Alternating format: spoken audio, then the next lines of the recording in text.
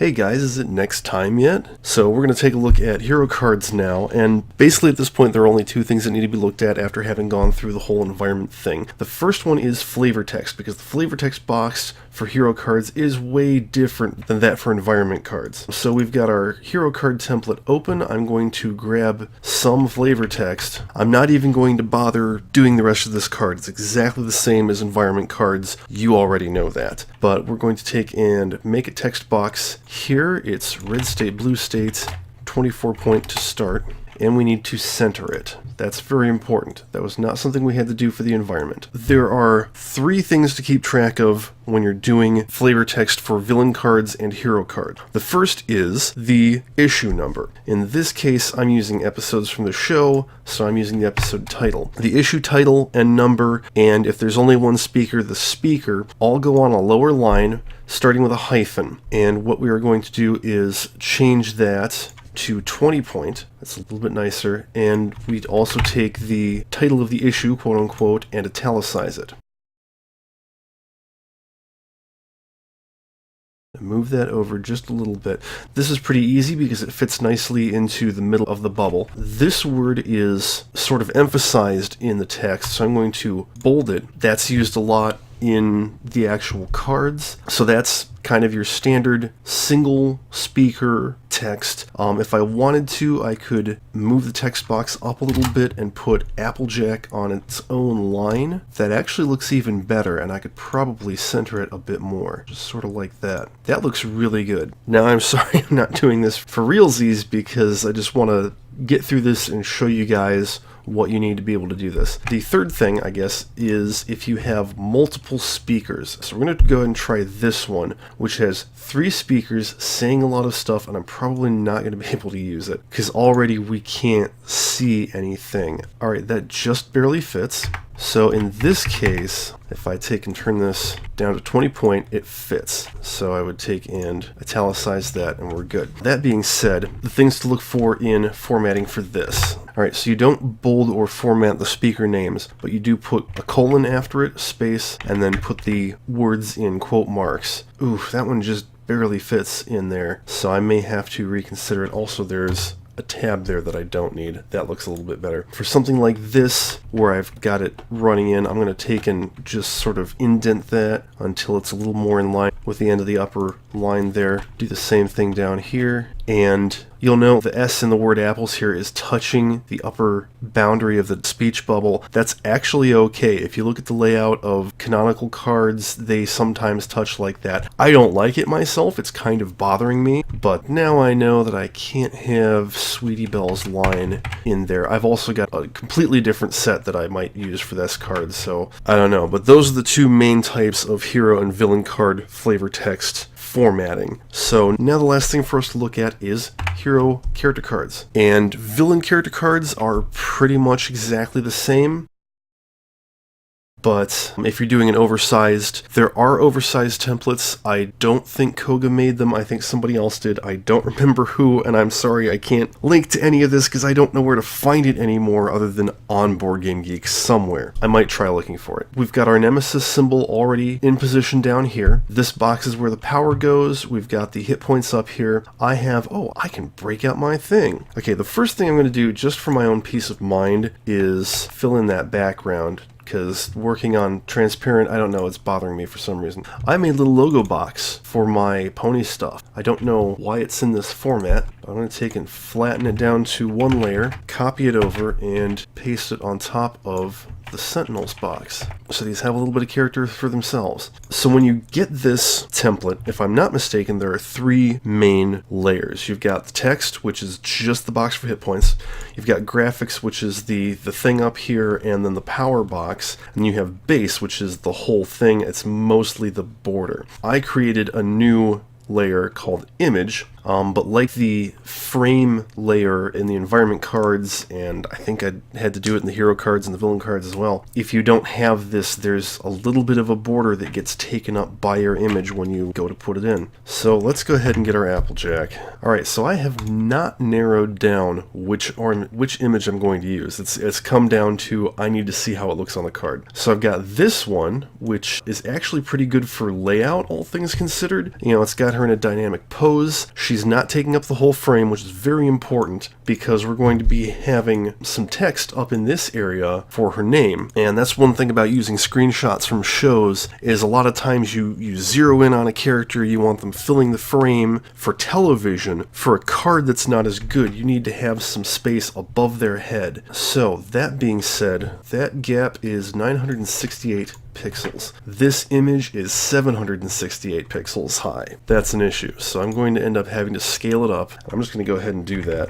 It's thankfully high enough quality that I don't think scaling up is going to mess with it too much. I'm just going to go ahead and copy it and paste it into this image layer. Okay, so it's not the border. You can see the border is still hanging out there. I don't know where that came from. I'm obviously some kind of genius.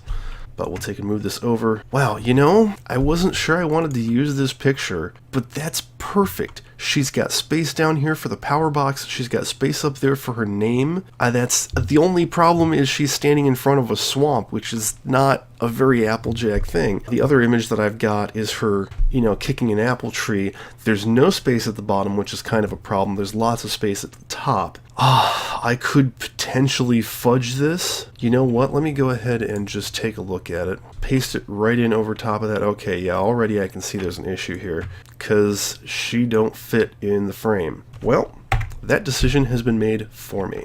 Okay, goodbye Applejack 03. So, that's our character. I'm probably not going to do the text right now just because I need to go find a nice big apple symbol to stick in it, but the text that I'm using, and you'll probably end up using something different, is called Equestria. It is exactly the same as what they use in the show, and we're just going to stick that in there and zip it up until it's nice and big. That'll be real nice. I'll take and color it probably like her, or maybe I'll make it red. I'll probably do something like red with a green outline and an orange outline over that. I'll stick a big apple behind it, and then we'll have her name there, and it'll look pretty damn nice. The next thing to do is the power box, and the first thing you have to decide is what color is it going to be. I'm going to go take a look at Twilight again, because, you know, once you get into this, it's all about design choices, and doing things consistently is worthwhile. So here's Twilight, and see I got a nice big sparkle for behind her name. I did a shaded gradient on there. I've got a single outline. I'm not actually sure what color that is. I don't think I took that from her coloring at all. But the power box is this vivid pink. That is the color of this stripe in her tail. So I'm going to go ahead and do something similar for Applejack. We will use the selector, color selector, pick her tail. Yeah, that doesn't look too bad. Just fill this in. Well, filling that part in is not important.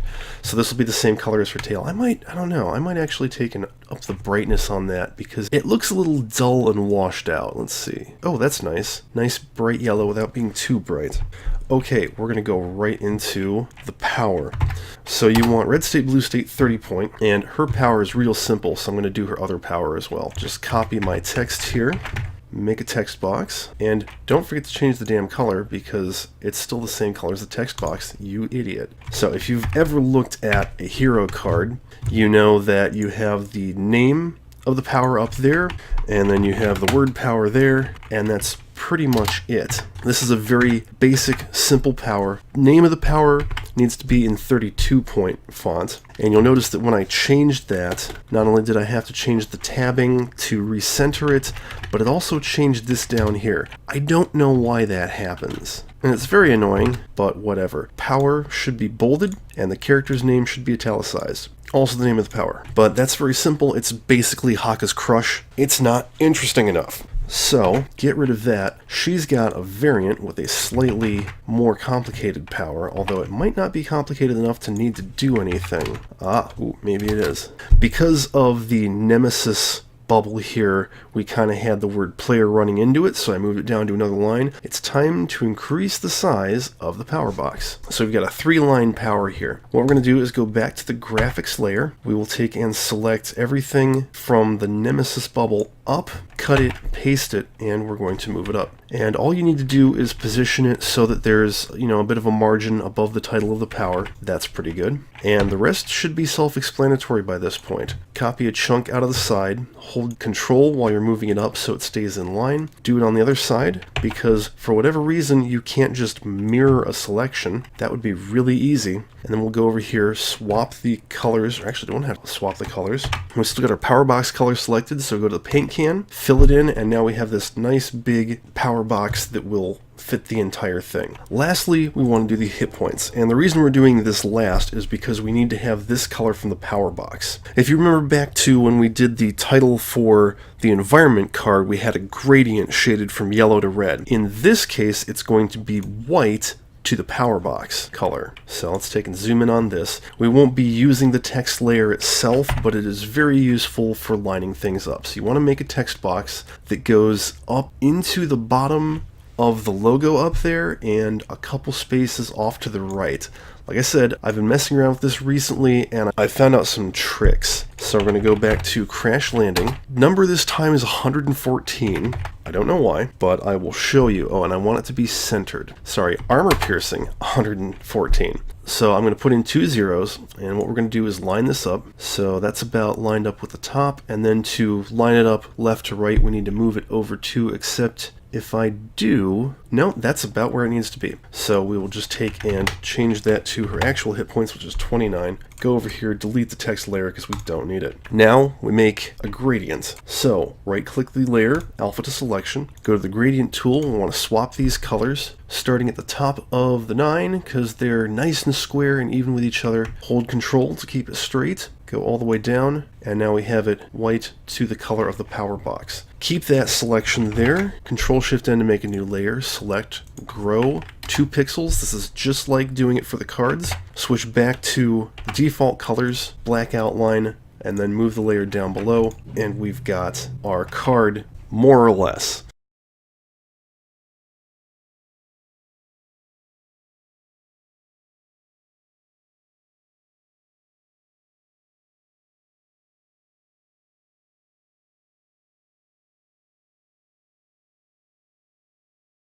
Obviously, I'll need to finalize her name, I will need to do the nemesis symbol, but you already know how to do that, and this is more whatever fits what you're trying to do. That's how you do a character card. And that's so good, I think I'm going to keep it. I'm just going to save it and come back and finish things.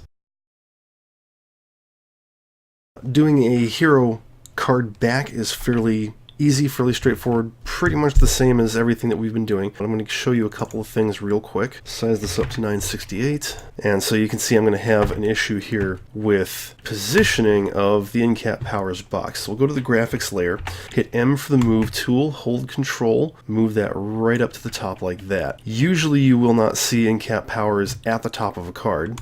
Usually they're always at the bottom, but since I'm using screen caps, I don't exactly have control over what my layout is. So I'm making do with what I can. Twilight's the same way. The in-cap powers box, I would again use the same color that I used for the power box on the front side. The really important thing, our in-cap powers are going to be in red state, blue state, 30 point, and I've seen people use stars, I've seen hyphens, I've seen all kinds of things, but the way to get that cool little fire burst effect, I don't know what it is, you need left curly brace. There's the right curly brace, does the same thing. And let me just size this up so you can see what I'm talking about, just in case you don't know what that is, which is fine if you don't. That character in red state, blue state comes out as this neat little bursty thing. So that's shift plus or left bracket, should be below your hyphen key depending on what your keyboard layout is like. That's how you get that cool little character. It's part of red state, blue state. And for the longest time I know I was going, how do they do that?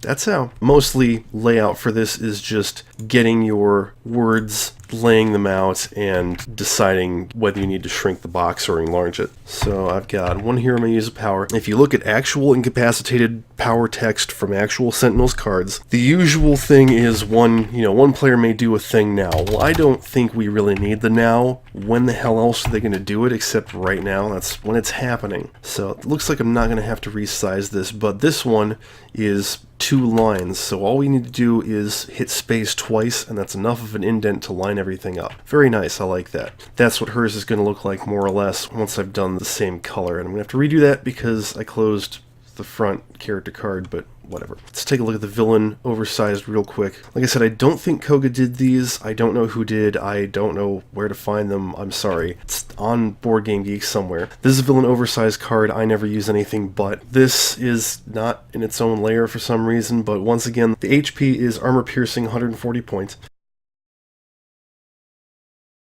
The Nemesis, I was thinking that this icon was actually too big, but looking at my cards, I think it's the right size. The difference is, if you've got a villain like Iron Legacy or like Choke Point who has multiple Nemesis, you want to shrink this to about 2/3 of its size, so around like 80 point or so from top to bottom, and then they just line up across the top of this, and you'll want to adjust it up so that you're not blocking out the keyword. But otherwise, same basic thing. Red state, blue state, 30 point. You've got your setup, your gameplay, your advanced. If you're not too concerned about losing your image space, you could put in a challenge box as well. The back side is the same, except it doesn't have the setup box. Except what I like doing is changing setup to say when flip to this side, because then you go, okay, we flip it, we do whatever's in the first box, and then as we continue to play, we can ignore that box and just focus on the gameplay. Adjusting these up and down can be a little bit tricky, but that's neither here nor there.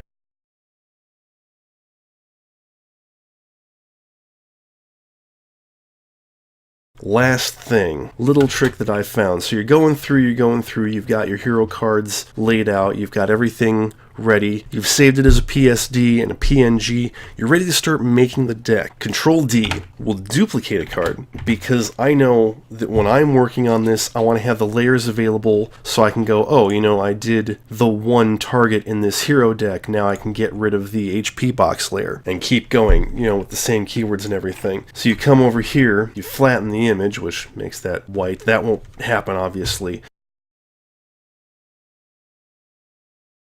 To make the deck, if this is a hero deck, let's see, we're going to go to canvas size, set that to percentage. We want 10x4, so it'll be 1000% width and 400% height. Resize it. That's the size that we need to start lining these up as a 40 card deck. All you need to do is come over here, layer to image size, fills it in so you can actually do that. And that, I think, is all you need to know. If there's anything I've missed, if there's anything I could make more clear, please let me know in the comments. Otherwise, continue enjoying the Sentinels custom decks videos, and I'll see you next time.